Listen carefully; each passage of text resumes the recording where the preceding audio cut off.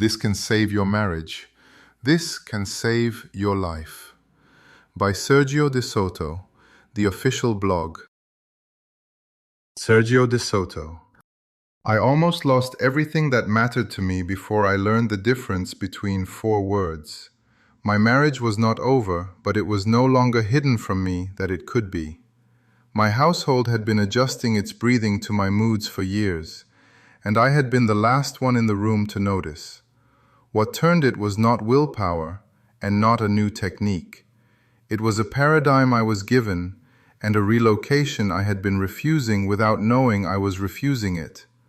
I am writing this with gratitude, not victory. The transformation was not earned, it was earnestly sought after and received. I want to put what I received in your hands because if I had read this 10 years ago, the cost might have been smaller. What reactive cost me? For a long stretch of years, I lived a single sentence on repeat, and I did not know I was living it. Something is wrong, and someone needs to fix it right now, and the someone has to be me, and the fix has to happen before the next breath. That was the engine. I did not write it down. I did not think it. I simply was it. I am at the kitchen counter and my wife says something neutral and I hear it as a verdict and my chest is already moving before my mouth catches up. I do not know why I am angry. I know I am angry. I know the anger is faster than I am. I am watching my own face from somewhere just behind my eyes and I cannot get to the controls. I tell myself I will be different by Friday. Friday comes. I am not different. The reactive man does not see himself as reactive. He sees himself as the one who is finally going to address this, and the this keeps moving because the this was never the thing in front of him. The thing in front of him was the trigger. The thing inside him was the problem. He cannot tell the two apart, and so he treats every trigger as the emergency. The marriage thins, the mind thins, the body learns the position of fight and forgets how to stand any other way. What it cost me was specific. Hours of sleep I will not get back. My wife's certainty about who I was, a debt I am still paying down on Tuesdays. My children's earliest memory of their father being a man who knew how to take a breath. It almost cost me a life I would have wanted to live. I am not being dramatic. I am being precise. Reactive, responsive, proactive, reflective. The first thing that broke open for me was vocabulary. Not a verse, not a sermon. 4 words laid next to each other that gave me a way to see what I was doing. Reactive is what I did when something hit me before I had any room between the hit and the response. The trigger landed and the body answered. No gap, no breath. Reactive is what happens when a man has no interior, only surface, and the surface is always being touched. Responsive is what becomes possible when there is room, a second, half a second, the smallest possible interior. The trigger lands, and something in me sees the trigger as a trigger before I have decided what it means. Responsive is not slow. It is the speed of a man who has a self underneath his reactions. Proactive is what becomes possible when I see the bend in the road before the road bends. I know that this conversation at this hour with this person is going to ask something of me. I arrive having already done some of the inside work. Proactive is the discipline of doing tomorrow's interior work today. Reflective is the discipline underneath all 3. It is not a 4th option in a sequence. It is the substrate.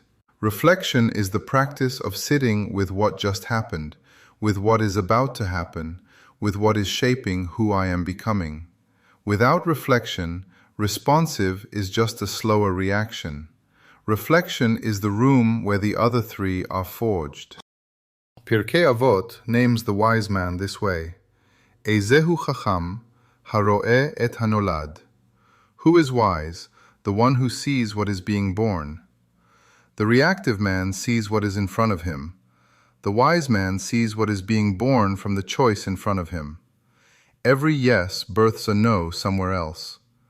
The yes I say to my own irritation births a no in the room next door, in the marriage, in the face of the child who learns that this is how anger sounds.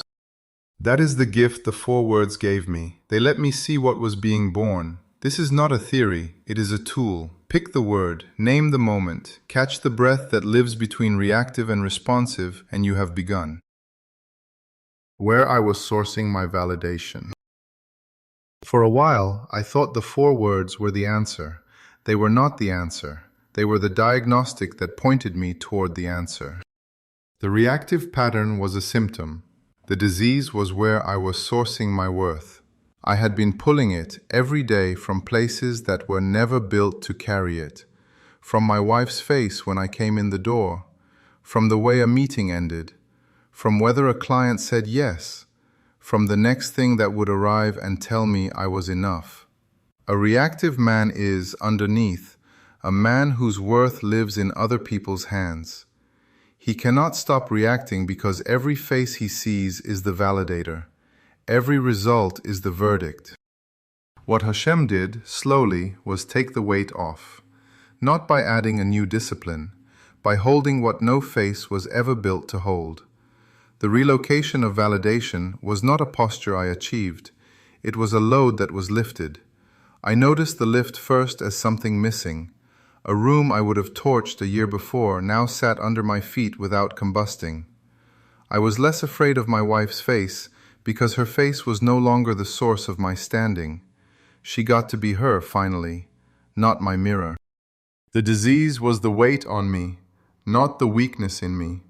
I had been told I was weak. I had told myself I was weak. The reactive years had a lot of evidence that looked like weakness. The actual diagnosis was that I had been strong enough to keep carrying the wrong weight for too many years. The strength was not in question, the location of the weight was. The relocation from the faces of others to the face of Hashem is not the next harder thing to do. It is the ground that does not move underneath the foot that has been slipping. The one I would put in your hand first is the one reliance that holds, because once you find it, the marriage you have been white-knuckling becomes a marriage you can stand inside. What the first thing a man has to hear is, in the end, the same thing the validation question is asking. Who are you listening to about who you are?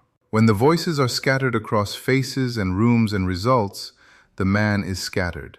When the voice is Hashem, the man becomes single. Salvation as wholeness, not escape.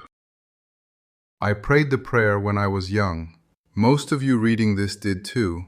What no one told me, and what took me 20 years to find, is that the prayer was a beginning, not the substance. The Hebrew word for salvation is Yeshua, and the verbal root of Yeshua means rescue, not removal. The Tanakh uses the word for what Hashem does to a person in the body they are still in. On the Tuesday they have not yet escaped. Tehillim, Psalm 51:12, David asking, Hashiva li sison yeshecha, restore to me the joy of your Yeshua. He asks mid-failure, after he has broken what he has broken. He does not ask to be evacuated. He asks for the joy of being made whole while still inside the life he broke. Hebrews 7:25 says, Yeshua, Jesus, is able to save eis to panteles, to the uttermost, those who come to God through him. The phrase does not mean all the way out. It means all the way through. He saves a person all the way through the work of being made whole. Nothing missing, nothing broken, one day at a time. What centuries of inherited theology handed most of us is a different soteriology. Salvation got compressed into a transaction completed at a moment. The reactive man at 38 sitting in a hard marriage has been left with no theological language for what Hashem is doing in him on Tuesday at 6 in the morning. He has the certificate from the night he got saved. He does not have a word for the floor underneath his feet now. Yeshua is what is happening to you on Tuesday. The breath before the reaction is Yeshua arriving. You were not given a one-time ticket. You were given a person who is still doing the verb of his own name. What came back? I want to tell you about 4 small things because anything bigger would lie. The first is a Tuesday. My wife said something at the counter. I do not remember what. A year before, the sentence would have lit me up, and the next 40 minutes would have been everyone in the house adjusting to me. This time, my chest did the thing it has learned to do. I felt the heat arrive, and I felt it not commit. I took a breath. I said something small back. We kept talking. The kitchen did not catch fire. That was it. No music swelled. The miracle was that nothing happened. The second is my wife. She is still here. I want you to hear how I am saying that. Not she came back to me, not she softened. She is a person who chose and who keeps choosing, and the choosing is hers. I am still learning to be the man she did not get for the first years of our marriage. There is grief in that for both of us. There is also the kind of quiet that arrives when two people stop performing at each other. She is not the trophy of my correction. She is the woman I love who held the line, in her own way, while Hashem was doing work in me she did not have to do. I owe her a thank you that will take the rest of my life to say.